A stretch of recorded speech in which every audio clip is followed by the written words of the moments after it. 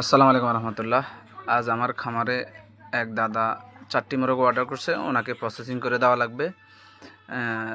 আজ আমার খামারে এইভাবে আমরা আজকে আপনাদেরকে দেখাবো সম্পূর্ণ মোরগ প্রসেসিংটা আমরা কিভাবে করি, সম্পূর্ণ হালালভাবে এবং কোনো মেশিনের মাধ্যমে না করে সম্পূর্ণ নিজ হাতে প্রসেসিং করে আপনাদের হাতে পৌঁছে দিই।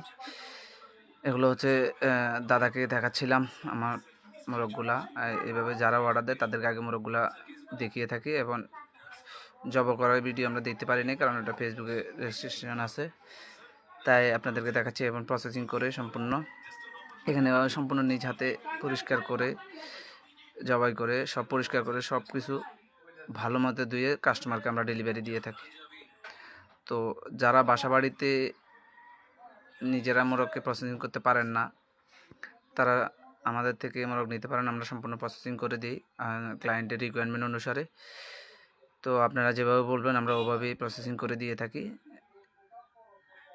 আমরা মোরগকে পিস পিস করেও দিই, দাদা চাইছে পুরা প্রসেসিং করে এভাবে দেওয়ার জন্য আমরা দাদাকে এভাবেই দিলাম।